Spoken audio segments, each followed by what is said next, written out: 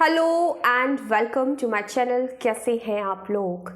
अगले 24 घंटे के अंदर आपके पार्टनर क्या सोचेंगे, उनकी एनर्जीज क्या होंगी, इसी पर आज हम बात करने वाले हैं। तो आपका पार्टनर कोई भी हो सकता है। यहाँ पर आप किसी भी टाइप के रिलेशनशिप में हो सकते हैं, आप लोग मैरिड हो सकते हैं, आप लोग अनमैरिड हो सकते हैं, एक्स्ट्रा मैरिटल अफेयर में हो सकते हैं, सेम जेंडर में हो सकते हैं, किसी भी टाइप का रिलेशनशिप हो सकता है। आप लड़का हो लड़की हो, एनर्जीज की बात हो रही है तो उस हिसाब से इस वीडियो को देखिएगा। ज़्यादातर जो नो कॉन्टेक्ट सिचुएशन में है या ऑन ऑफ सिचुएशन में है उनके लिए ये रीडिंग है।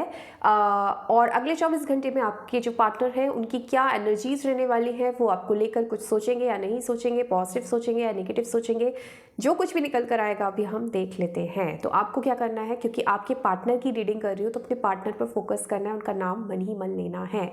कलेक्टिव रीडिंग है, इस चीज़ का हमेशा ध्यान रखिएगा। एक एक पर्सन के साथ बिल्कुल मैच कर जाए बिल्कुल ज़रूरी नहीं होता है, लेकिन कलेक्टिव लोगों के साथ मैच कर जाती है। जितना आपको लग रहा है कि मेरे साथ मैच कर रही है उसको लीजिए, जितना लग रहा है कि नहीं कर रही है स्किप कर दीजिए। पॉजिटिव है तो उसको एफएम ज़रूर कीजिए। तो स्टार्ट करते हैं आज की रीडिंग। यूनिवर्स गाइड करें और मुझे बताएं जो मेरे व्यूअर्स हैं जो अपने पार्टनर का नाम मन ही मन ले रहे हैं, उनकी एनर्जीज, उनके पार्टनर की एनर्जीज अगले 24 घंटे के अंदर क्या होने वाली है। ठीक है, देख लेते हैं। स्टार्ट हुआ है यहाँ पर। Wow, 2 of cups. Okay, next wheel of Fortune. इसके बाद देख लेते हैं क्या निकल कर आता है। एम्प्रेस की एनर्जीज। वाओ, क्या बात है। जस्टिस की एनर्जीज। वाह, the tower. Okay, the sun. अंधेरा और अंधेरे के बाद है उजाला। Okay okay okay okay okay okay. 8 of swords.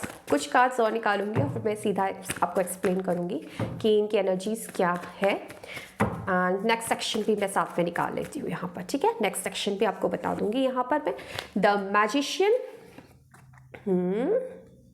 इसके बाद किंग ऑफ कप्स। ओके, कुछ कार्ड और। इसके बाद यहाँ पर है 10 4। भाई कमी किस चीज़ की रह गई? यहाँ तो सभी कुछ है यहाँ पर। 6 of cups and the bottom of the deck the chariot.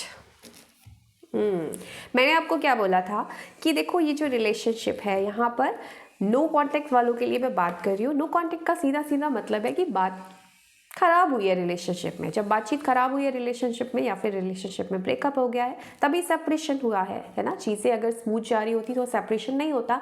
चीज़ों में प्रॉब्लम आई है, टावर मोमेंट आया था आप लोगों की रिलेशनशिप में, जिसकी वजह से ये सेपरेशन हुआ है, जिसकी वजह से आप और आपके पर्सन दोनों ही बहुत निगेटिव सिचुएशन में गए हो। दोनों के बीच ही इतनी ज़्यादा निगेटिविटी छा गई है। मतलब एक खूबसूरत रिश्ता ज़रूर होगा लेकिन डेफिनेटली इस रिश्ते में इस वक्त की एनर्जीज जो मैं देख पा रही हूँ, टावर मूवमेंट है, सेपरेशन है, या फिर एक अजम्पशंस होते हैं ना, अपने मन में कहानियां बना लेना कि ये बंदा प्यार नहीं करता है, ये बंदा ऐसा है, वो पर्सन अपने वो सोच रहा है आपके बारे में कि ये बंदी मेरे लायक नहीं है। तो वो एक दूसरे पर कीचड़ उछालना या मन में सोचना, कहानियां बनाना और इस तरीके से रिश्ते को खराब कर देना, रिश्ता टूट जाना, बिखर जाना, एक इस तरीके का सिचुएशन पैदा होना रिलेशनशिप में कि सब कुछ एकदम से ख़त्म हो गया।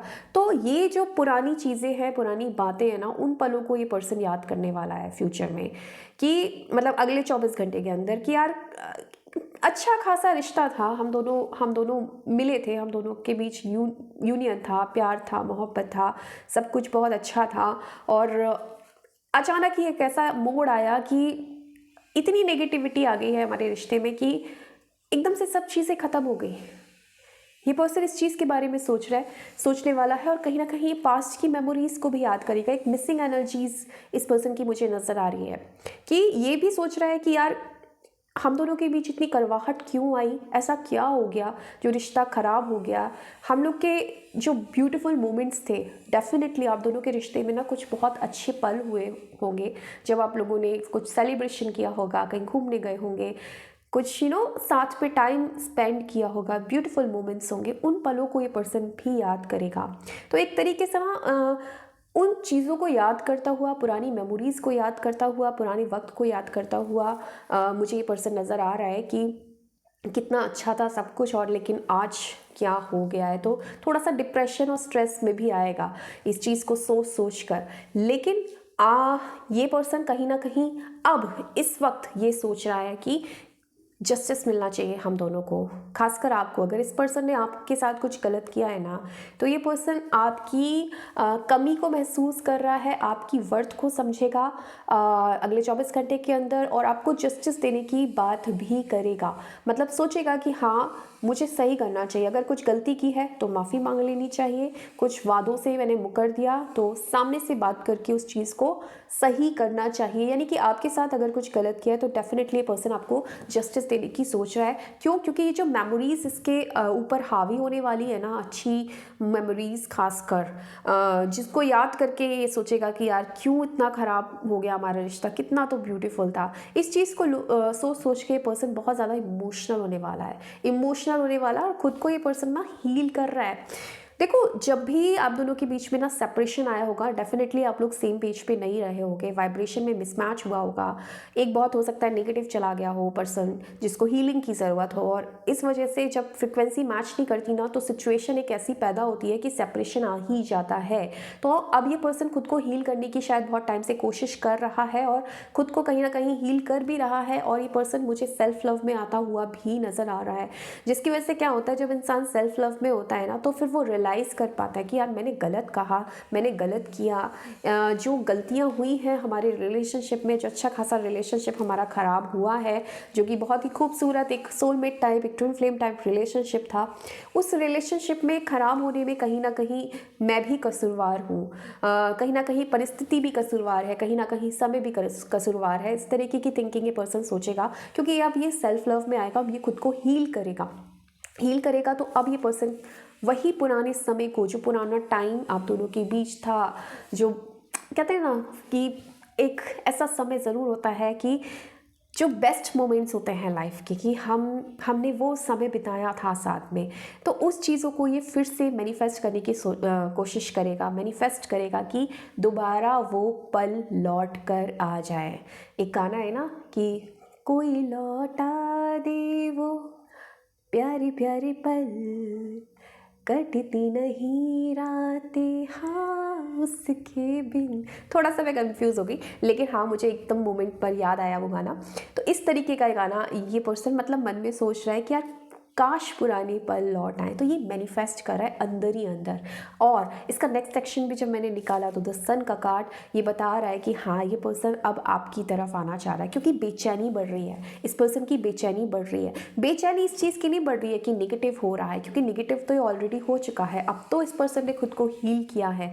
अब बेचैनी बढ़ रही है आपके साथ यूनियन करने की, अब बेचैनी बढ़ रही है आपको अपने इमोशंस एक्सप्रेस करने की, अब बेचैनी बढ़ रही है दोबारा से उन्हीं मोमेंट्स को क्रिएट करने की, अब बेचैनी बढ़ रही है आपको जस्टिस देने की, अब बेचैनी बढ़ रही है आपके पास वापस आने की। तो ये पर्सन का नेक्स्ट एक्शन सन का कार्ड है। डेफिनेटली बहुत सारे लोगों का यूनियन मुझे नज़र आ रहा है, रीयूनियन मुझे नज़र आ रहा है आने वाले कुछ टाइम में। मैं बोलूँगी टाइम तो एग्जैक्ट मैंने नहीं निकाला, लेकिन फिर भी नियर फ्यूचर में बहुत सारे लोगों का रीयूनियन है, क्योंकि पर्सन जो है वो इन चीज़ों को मैनिफेस्ट कर रहा है ऑलरेडी, और आप भी कहीं ना कहीं मैनिफेस्ट कर रहे हो। और जस्टिस का कार्ड ये बता रहा है कि चीज़ें आपके फेवर में होंगी। व्हील ऑफ फॉर्चून ये बता रहा है कि डेफिनेटली आप लोगों का डिवाइन टाइम आएगा, और जब डिवाइन टाइम आएगा ना, तो कोई भी आप दोनों के रीयूनियन को रोक नहीं पाएगा। तो डेफिनेटली नियर फ्यूचर रीयूनियन की एनर्जीज मुझे बहुत स्ट्रांगली नज़र आ रही है। तो ये सोचेंगे आपके पर्सन आपकी तरफ आने के बारे में, आपकी पुरानी मेमोरीज, नई नई चीज़ों का फैंटेसी वर्ल्ड होता है ना कि नया नया सोचना, वो चीज़ें भी करेंगे। डेफिनेटली पर्सन आपको मिस करने वाले हैं। तो ये थी आज की reading. So thank you so much for watching my video. Bye.